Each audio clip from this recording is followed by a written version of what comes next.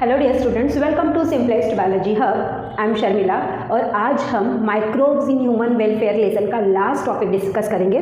The topic is bio control.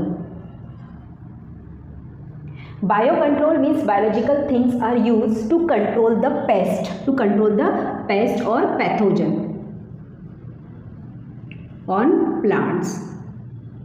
So biological things means आपकी जो natural predator and prey cycle जो चलती है बेटा, कि एक ऑर्गेनिज्म दूसरे ऑर्गेनिज्म के ऊपर डिपेंड रहता है फूड पर्पस के लिए और वो नेचुरली किल करता है। तो ऐसे नेचुरली किल करने वाले माइक्रो ऑर्गेनिजम्स का, क्योंकि ये लेसन माइक्रो ऑर्गेनिज्म से रिलेटेड है, तो ऐसे माइक्रो ऑर्गेनिज्म का यूटिलाइज किया जाता है जिनके थ्रू पेस्ट जो प्लांट्स है उनके ऊपर पेस्ट को कंट्रोल किया जाता है। क्योंकि इसके पहले केमिकल पेस्टिसाइड, इंसेक्टिसाइड, वीडीसाइड ये यूटिलाइज अगर करते हैं तो उसके लॉट्स ऑफ डिसएडवांटेजेस है। कभी कभी वो फूड चेन में एंटर कर देते हैं और फूड चेन में एंटर करने के बाद may be they cause the lot of disease to the each trophic level of the food chain. तो इन सब चीज़ों से बचने के लिए एक बायो कंट्रोल मेथड यूज़ की जाती है। जनरली ये मेथड यूज़ होती है आपकी ऑर्गेनिक फार्मिंग में। ऑर्गेनिक फार्मिंग क्या है? ये जो हमारा ट्रेडिशनल मेथड ही है। Organic farming is nothing but हमारी ट्रेडिशनल मेथड ही है एग्रीकल्चर की, जो पहले चलती थी। बट जब आफ्टर योर ग्रीन रिवॉल्यूशन बहुत सारे केमिकल फर्टिलाइजर्स, केमिकल पेस्टिसाइड इनका यूटिलाइजेशन किया गया और प्रोडक्शन को एकदम से इंक्रीज़ कर दिया गया। ओके, बट कुछ सालों बाद जब उन चीज़ों का बैड इफेक्ट्स होने लगा लिविंग बीइंग के ऊपर, then again we move towards the organic farming. Okay, so organic farming concept के अंदर सिंपली ऑर्गेनिक चीज़ों का यूटिलाइजेशन करके खेती की जाती है, एग्रीकल्चर किया जाता है, क्रॉप्स फार्मिंग की जाती है। All the things are used by the organic. So bio control ये भी एक ऑर्गेनिक फार्मिंग का तरीका है जहाँ पे पेस्ट को कंट्रोल किया जाता है। जनरली प्लांट पेस्ट को कंट्रोल किया जाता है बाय द अदर ऑर्गेनिज्म। और कौन से होंगे अदर ऑर्गेनिज्म? माइक्रोब्स होंगे, क्योंकि हम इस लेसन में माइक्रोब्स के बारे में पढ़ रहे हैं तो ऑब्वियसली वो क्या होंगे बेटा? माइक्रोब्स होंगे। तो फर्स्ट जो है हमारा lady bird and dragon flies. ये जो दो इंसेक्ट है lady bird and dragon flies आपके किल करते हैं। किसको किल करते हैं? Kill mosquitoes and aphids. So generally इनका यूटिलाइजेशन किया जाता है जिसके थ्रू हम मॉस्किटोज के ऊपर कंट्रोल कर सकते हैं, हम एफिड्स के ऊपर कंट्रोल करते हैं। Natural predator and prey cycle यहाँ पे यूटिलाइज की जाती है। सेकंड है एग्जांपल आपका bacillus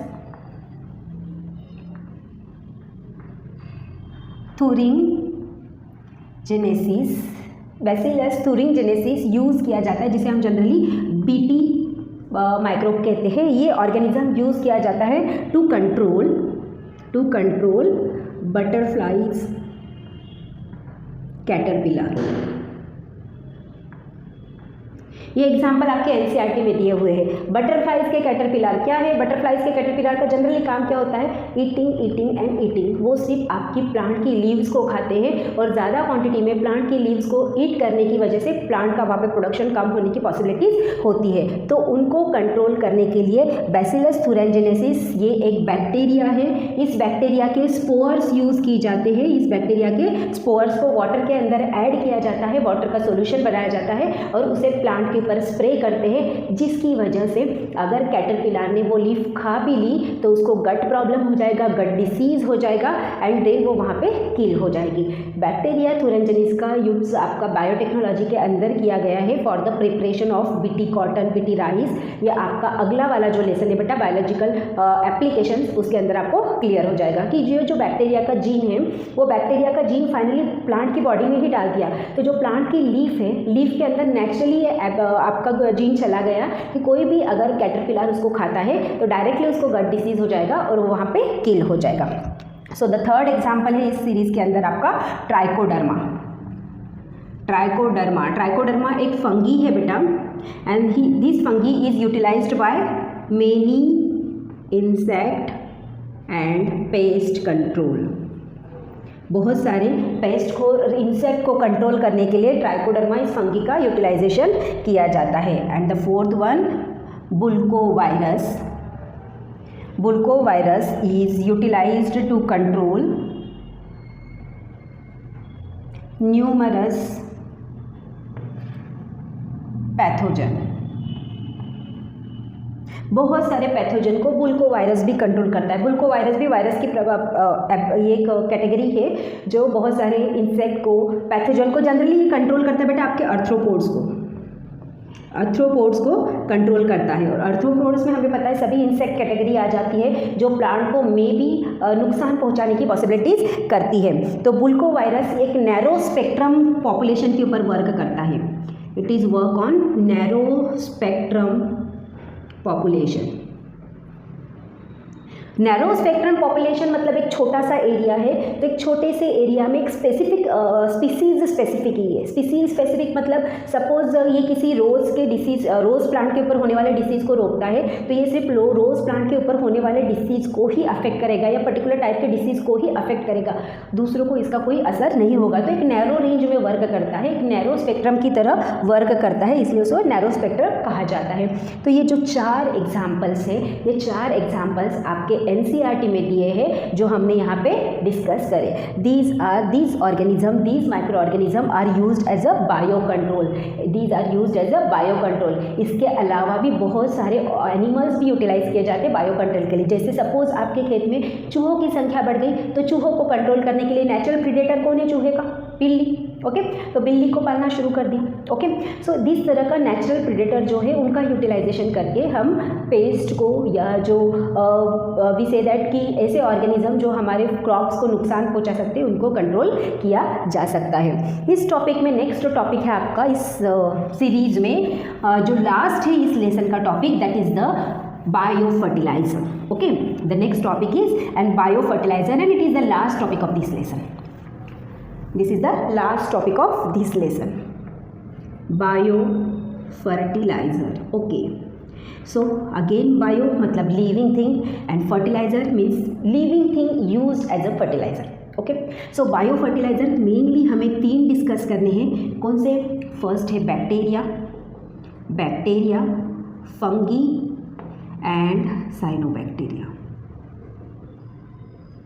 bacteria, fungi and cyanobacteria. तो उसके साइनोबैक्टीरिया बैक्टीरिया का टाइप नहीं है, आता है, बट उसको कुछ फॉर्म में अलगी भी कहा जाता है, इसे कुछ फॉर्म में अलगी भी कहा जाता है। तो मेनली ये 3 चीज़ों का यूटिलाइजेशन करके हम बायोफर्टिलाइज़र कैसे बना सकते हैं। क्योंकि ये lesson again I remember that things that कि क्योंकि ये लेसन माइक्रो ऑर्गेनिज्म से रिलेटेड है, तो ये चीज़ें सब माइक्रो ऑर्गेनिज्म से रिलेटेड ही आपको बताई गई है। इसके अलावा भी बहुत सारे तरीके हैं, बहुत सारे बायोफर्टिलाइजर्स हैं जो यूज़ किए जाते हैं, जैसे आपका कंपोस्ट है, वर्मी कंपोस्ट है, ग्रीन मैन्यूअर है, बट हमें इन चीज़ों को इस टॉपिक में डिस्कस नहीं करना है। ये micro organism as a biofertiliser कैसे यूज़ करते हैं। तो सबसे पहले है बेटा आपका बैक्टीरिया। ओके, बैक्टीरिया कौन से बैक्टीरिया वर्क करते हैं? पहले तो सिम्बायोटिक बैक्टीरिया में the good is rhizobium. Rhizobium क्या रहता है? Rhizobium is found in root nodule, it is found in root nodule. और रूट नोडुल कहाँ रहता है? Root nodule found in the roots of the leguminous family member.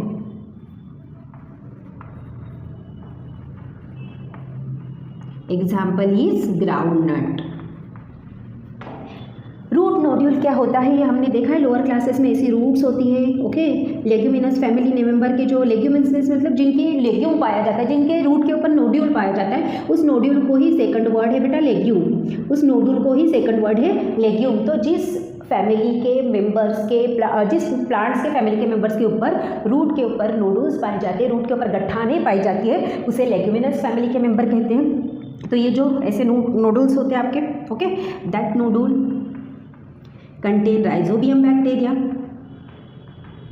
और rhizobium bacteria found in that root nodule in the symbiotic association. क्या होता है symbiotic association? Beneficial for each other, all the 2 things और 2 organisms are beneficial to each other. Plants को beneficial rhizobium है क्योंकि plant rhizobium atmospheric जो gaseous nitrogen है उसको कन्वर्ट कर देता है नाइट्रेट एंड नाइट्राइट में और प्लांट्स के लिए अवेलेबल करवा देता है, क्योंकि प्लांट्स के पास ऐसा कोई सिस्टम नहीं कि वो गैसेस नाइट्रोजन को इंटेक कर सके। वो नाइट्रस और नाइट्राइट्स के फॉर्म में नाइट्रोजन ले सकती है और प्लांट की ग्रोथ के लिए नाइट्रोजन ज़रूरी है बेटा, इसेंशियल है।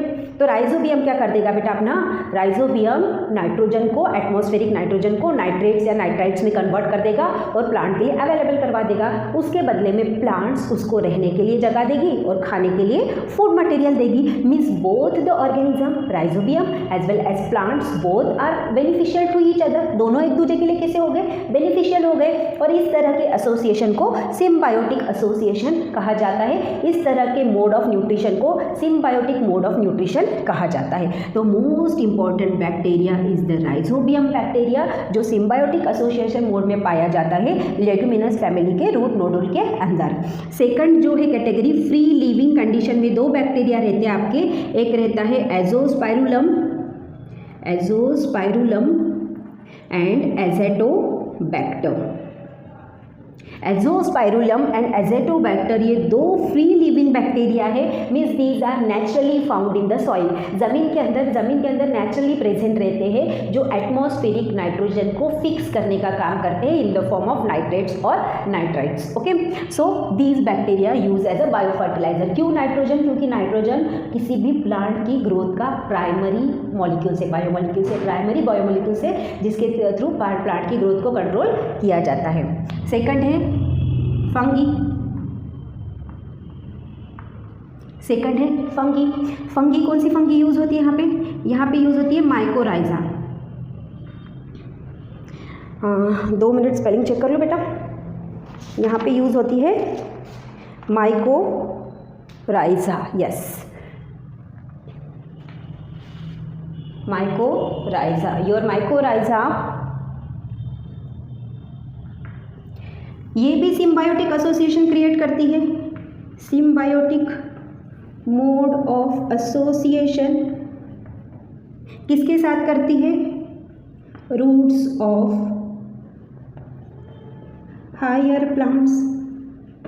It is found in the roots of higher plants. Higher plants के रूट्स के अंदर सिम्बायोटिक एसोसिएशन मोड में रहती है। हायर प्लांट्स कौन सी कैटेगरी हो गई, जिम्नोस्पर्म और एंजियोस्पर्म। जिम्नोस्पर्म की और एंजियोस्पर्म की रूट्स के अंदर नेचुरली प्रेजेंट होगी और प्लांट्स को nitrogen as well as phosphorus, ये फॉस्फोरस को भी स्टेबल करती है, फॉस्फोरस को भी स्टेबल करती है। तो एनपीके तो इंपॉर्टेंट है ही प्लांट की ग्रोथ के लिए, तो ये फॉस्फोरस को स्टेबल करके देती है, प्लांट को अवेलेबल करवा के देती है, उसके बदले में प्लांट उसको रहने के लिए और खाने के लिए फूड मटेरियल देता है। तो दोनों एक दूसरे के लिए बेनिफिशियल हो गई।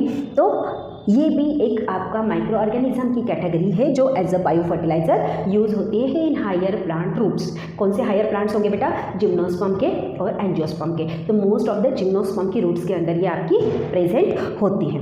ओके, माइकोराइजा से रिलेटेड एक थिंग ये जो है कि ये आपका कुछ बेनिफिशियल एसोसिएशन भी करती है, बेनिफिट्स भी क्रिएट करती है। क्या करती है, क्योंकि वो रूट्स के साथ एसोसिएशन करती है तो रूट के जो पैथोजन है उसको कंट्रोल करती है, तो ये भी एक उसका बेनिफिशियल थिंग है। और दूसरा क्या करती है, tolerance to the drought condition और सैलिनिटी कंडीशन। ऐसे प्लांट अगर सैलिनिटी एरिया में, मतलब जहाँ पे सॉल्ट का कॉन्सेंट्रेशन ज़्यादा है, ऐसे एरिया में ग्रो कर रहे हैं, या ड्रॉट एरिया में जहाँ पे पानी का कॉन्सेंट्रेशन बहुत कम है, ऐसे एरिया में ग्रोथ कर रहे हैं, तो उन कंडीशन, इन एनवायरमेंटल कंडीशन, एटमॉस्फेरिक कंडीशन को वो टॉलरेंस क्रिएट करती है। तो ये भी एक उसका बेनिफिट है जो प्लांट्स को होता है।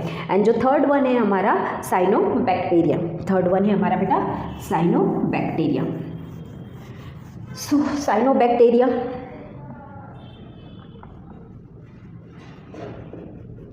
Cyanobacteria is nothing but the algae that we called blue-green algae. Blue-green algae में इसमें एग्जाम्पल है नॉस्टॉक, एनाबिना एंड क्लिस्टोरोलिया, समथिंग है ऐसा, etcetera. Nostoc, anabaena, blue green algae, these are use as a bio fertiliser. ये क्या करते हैं, इनका भी सेम काम है, they are provide the nitrogen as well as phosphorus to the plant. Atmospheric nitrogen को स्टेबल करेंगे, फॉस्फोरस प्लांट्स के लिए अवेलेबल करवा देंगे, जिसकी वजह से प्लांट्स की प्रोडक्शन इंक्रीज हो जाएगा, प्लांट्स की ग्रोथ अच्छे से होगी, और ग्रोथ अच्छे से होगी तो ऑब्वियसली उसका प्रोडक्शन भी अच्छे से इंक्रीज हो पाएगा। Means directly indirectly they increases the production of the crops. Okay, ये कैसे यूटिलाइज़ की जाती है? हमें पता है बेटा, स्टैग्नेंट वाटर के ऊपर, रिवर के ऊपर, पॉन्ड के ऊपर बहुत सारी अलगी जमा हो जाती है, और अलगी को ही कुछ ब्लू ग्रीन कलर की जो अलगी है that we called the cyanobacteria, उस अलगी को स्टैग्नेंट वाटर से कलेक्ट किया जाता है, देन उसको ड्राई किया जाता है, एंड वो ड्राइड जो अलगी है वो आपके फार्म के अंदर, वो आपके क्रॉपलैंड के अंदर स्प्रेड की जाती है। जब वो ज़मीन के अंदर मिक्स हो जाती है तो नेचुरली वो ज़मीन के अंदर मिक्स होके आपका नाइट्रोजन का और फॉस्फोरस का फिक्सेशन का काम करवाती है। So these are the bio fertiliser. ये 3 बायो फर्टिलाइज़र हमारे NCERT में यूज़ किए गए हैं, इनका नोटिफिकेशन किया गया है।